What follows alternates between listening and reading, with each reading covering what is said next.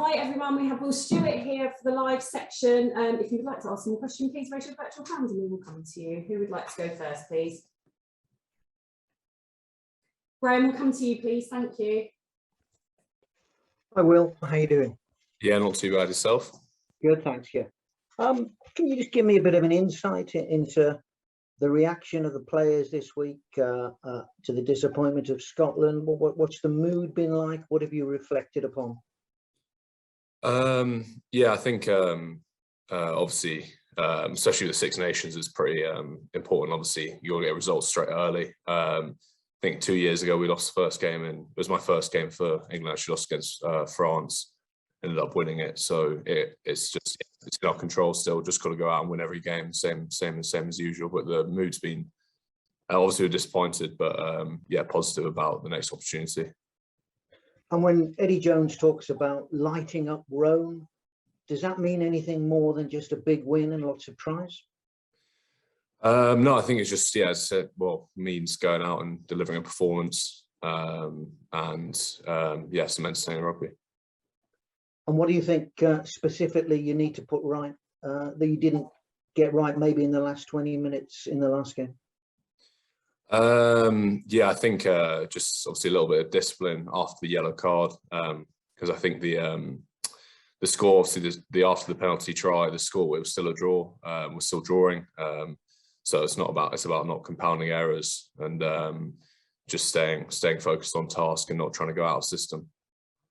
And for you and the players that have come into this side, Will, there's a heck of a lot of experience on the bench. There's a lot of experience players who are unavailable through injury. Do you see this very much as a chance you have to seize?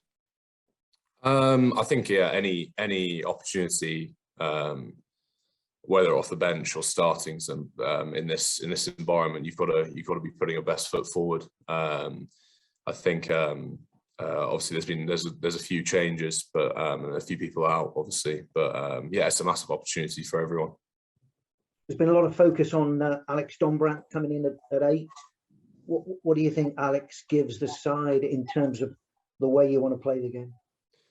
Yeah, obviously everyone knows Domers is who's been watching him in the Prem for the last few years, especially linking up with Marcus. He's been a nightmare for opposition defences. So I know, being on the receiving end of it a couple of times at Bath. So yeah, it's exciting to play with him. Thanks, Will. Best of luck. I think. Thanks, Graham. Duncan, please. Hi, well, you talked about the 2020 championship and how you lost that first game, but were able to rebuild from there. What are your memories of that tournament as a whole, and how did you kind of rebuild from that opening day defeat? Well, it's quite strange because that was obviously the Six Nations before COVID, and the last game got postponed up to the autumn, so it was quite a strange tournament, really. I think we played the last game out here in don't know what time, was it October time in the Autumn Nations Cup, but yeah, losing that first game in Paris, so it was my first cap, so it was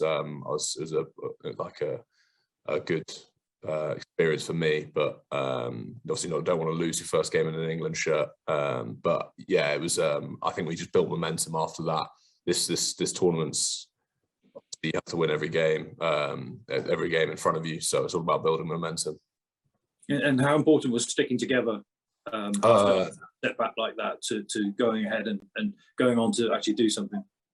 Yeah, I think it was really important. I think it was difficult. Obviously, the year after we got the loss against Scotland, again, first game at Twickenham.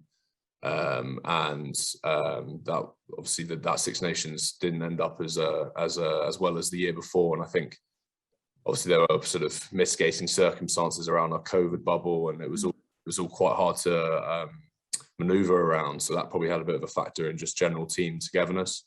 But I think this time obviously there's a bit more freedom, more ability to get close as a squad, so I'm looking forward to it. Sure, and this will be your third start for England. How much more benefit do you find starting an international game for your sort of rugby education acceleration as an international player? Yeah, it's obviously it's I think the started against Scotland last year, and then it was Georgia, I think, in the autumn. Actually, Sinks was banned for the first game last year, so it's the sort of first opportunity, sort of like selection wise, to in the Six Nations game, really. So yeah, it's a big opportunity for me to really experience rugby. Thank you. Thanks, Duncan. Adam Hathaway, please. Right, let's see if this works from the train station. You did a piece of Nick Simon last year about the exploits of your grandparents and your great granddad and your father, where you said you wouldn't be short of after dinner stories. Have you got any after dinner stories from the last year? Not too many. Myself, I'm quite unsociable, so I quite like my sleep. So the last year, and now to be honest, I quite enjoyed the lockdown. It wasn't too much out of the norm for me. So yeah, it's I'll have to start branching a little bit more, find some more material. Thanks. Great, thanks. Do we have any other? Harry, we'll come to you, please. Morning, Will. Duncan mentioned it's your third start, but you've actually been a really consistent member of the England Matchday 23 since you made your debut. And in that time, I think you only missed the summer games last year. But there's been a sort of refresh of this England side. Where do you assess your place in this New England team, where you're still young and new to the team, but maybe slightly older than some of the guys who are coming in?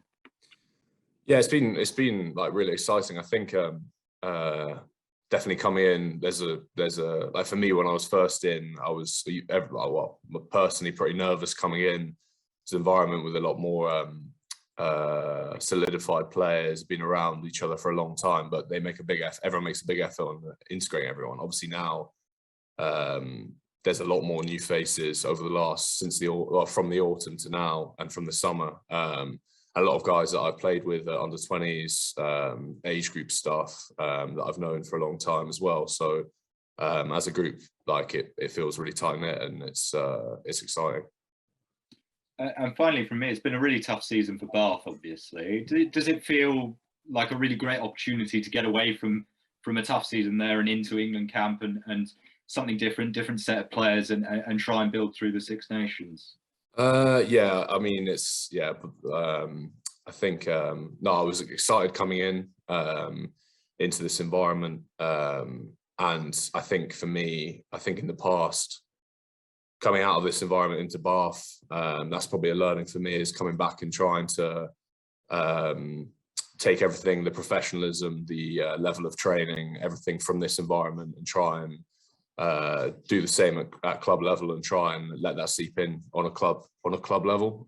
So especially coming out of this environment, the Six Nations, is trying to affect the club in as much of a positive way as possible. Thanks, Will. Sorry, Jack Noel just came in and tried to distract Will while he was doing his media, and we'll finish the live section with Liam. Thank you. How you doing, Will? How are you? Yeah, not too bad, thanks. Good. Yeah, just a question for you. Joe Marler earlier in the week mentioned about how Genge and Sinks were leading the "come on lads, let's get at it again" to get things up for week 2. I'm just wondering, how good has Sinks been with you with regard to you getting a starting place this week, and he's on the bench behind you? What's his been reaction to you, and what's your rapport like? Yeah, Sinks has like always been like massively supportive and really good for me. Like here, obviously he's been on 2 Lions tours, really experienced player, and started for England sort of can't off the top of my head that many times, but yeah, ever since coming in, he's been really good for my development. I think I know obviously from the outside you probably look at people in certain positions, like in the same positions, and obviously there's a competitive element, but genuinely in this, for the big, not shock, but like big thing that I took coming into this environment, everyone's trying to get everyone better and bring everyone up. So that's definitely been my experience with Sinks and with the team. So what would have been his message to you this week when you learned that the roles were reversing, you're starting, he's on the bench? Yeah, just encouragement, just encouragement, just go out and smash it. Okay, cheers, good luck, thank you. Thank you. Thanks everyone, we'll end the live section there. Could you